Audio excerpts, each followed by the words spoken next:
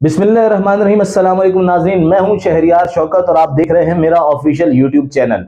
आईनी तरमीम जो है वो एक बार फिर इस मुल्क के आइन के अंदर एक नई तरमीम जो है कर दी गई है और इस तरमीम के बाद ये तरमीम सेनेट से भी मंजूर कर ली गई है। मौलाना फजलुर रहमान तहरीक इंसाफ के लोगों से कई दिन तक मुलाकातें करते रहे, तहरीक इंसाफ के लोग उनके घर आते रहे और उसके बाद बिलाखिर मौलाना फजलुर रहमान साहब ने तहरीक इंसाफ के लोगों से ये कहा कि वो सामने कैमरा लगा है, उस कैमरे को देखकर हाथ हिला दीजिए। लेकिन अब तहरीक इंसाफ के दोस्तों से एक गुजारिश है, एक रिक्वेस्ट जरूर है तहरीक इंसाफ के दोस्तों से। यकीनी तौर पर उन्होंने कई चक्कर मौलाना फजलुर रहमान साहब के घर के ऊपर लगाए। बैरिस्टर गौहर साहब उनके घर पर गए, उमर अयूब साहब उनके घर पर गए, असद कैसर साहब उनके घर पर गए, तहरीक इंसाफ की दीगर क़यादत जो है वो भी उनके घर पर गई। यकीनी तौर पर ये मुलाकातें इमरान खान साहब की इजाजत से ही की जा रही होंगी, क्योंकि ये भी कहा गया कि इमरान खान साहब जो हैं उन्होंने मौलाना फजलुर रहमान का जो अमल है, जो उनका एक्ट है, जो उनका तरीकेकार है, उसको सराहा है। उसके बाद ऐसा भी यकीनी तौर पर हुआ होगा कि तहरीक इंसाफ की क़यादत ने कुछ नमाजें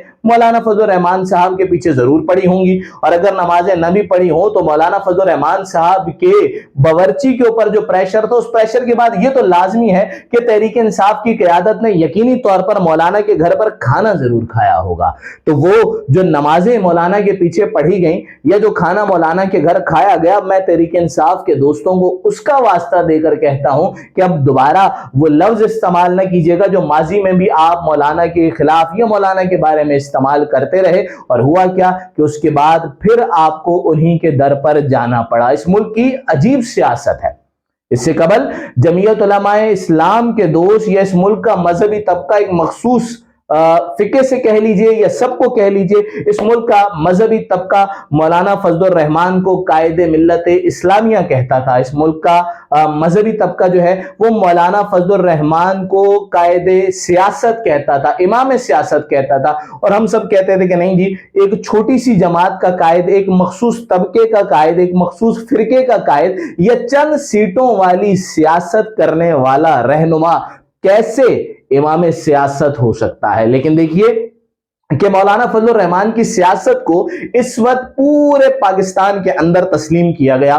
सदर जरदारी साहब, वजीर आजम शहबाज शरीफ साहब, chairman Peoples Party Bilawal Bhutto Zardari साहब, इसके अलावा नून लीग के वज़रा, इसके अलावा तहरीक इंसाफ की मरकजी क़यादत, तहरीक इंसाफ के मौजूदा चेयरमैन और दीगर इस मुल्क के बड़े बड़े नाम। और कोई, ये तो जाहिर है टेलीविजन के सामने तो बहुत सारे लोग ऐसे भी होंगे जो पसे पर्दा भी मौलाना फजलुर रहमान के दर पर गए और मौलाना फजलुर रहमान साहब के मेहमान बने रहे।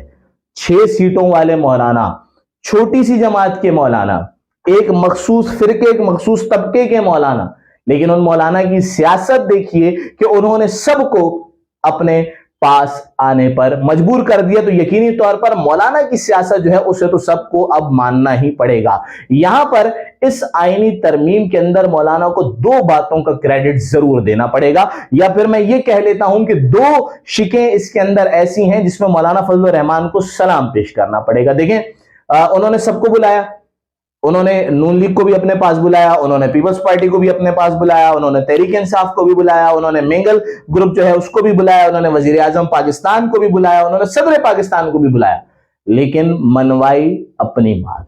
और 2 अहम बातें, जिसमें सबसे पहली अहम और इंपॉर्टेंट बात यह है कि आईनी तरमीम की शिक के तहत सबसे अहम यह है कि इस मुल्क से 2028 में सूद का मुकम्मल तौर पर सूदी निजाम का खात्मा कर दिया जाएगा। देखें, ये मुझे भी पता है, ये आपको भी पता है, ये मौलाना को भी पता है, ये दीगर सियासी जमातों को भी पता है कि ये अमल इस कदर आसान नहीं है।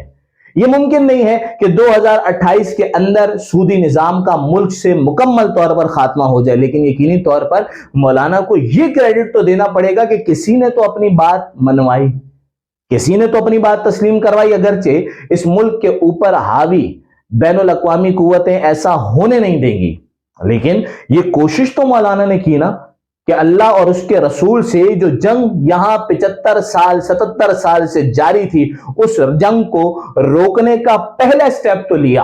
अब मैं ये समझता हूं कि तमाम सियासी जमातों को और तमाम इस मुल्क के मुसलमानों को अब इस मामले में मौलाना का साथ जरूर देना चाहिए। और 2028 में ये सिर्फ मौलाना का नहीं बल्कि पूरे पाकिस्तान के 22 करोड़ अवाम का मुतालबा होना चाहिए कि इस मुल्क से सूदी निजाम को खत्म किया जाए, इस मुल्क से सूदी निजाम को मिटा दिया जाए। और यही वाहिद कमी है जो हमारे मुल्क के अंदर है, मैं समझता हूं, जिसकी वजह से हम तरक्की नहीं कर पाते। और अगर ये सूदी निजाम वाकईतर तौर पर खत्म हो जाता है तो यकीनी तौर पर पाकिस्तान आगे बढ़ेगा और ये मौलाना का एक बहुत बड़ा क्रेडिट होगा। दूसरी बात जो मौलाना ने अपनी मनवाई वो ये थी कि मदारिस की जो रजिस्ट्रेशन है, जो तयशुदा फार्मूला है, जो वफाकुल मदारिस या इत्तेहाद तंजीमात मदारिस जो हैं उनके साथ जो मामला तय हुए थे और जो फार्मूला रजिस्ट्रेशन का तय हुआ था, उसी कानून उसी फार्मूले के तहत आइंदा मदारिस की रजिस्ट्रेशन होंगी और मदारिस उसी पर फंक्शनल होंगे।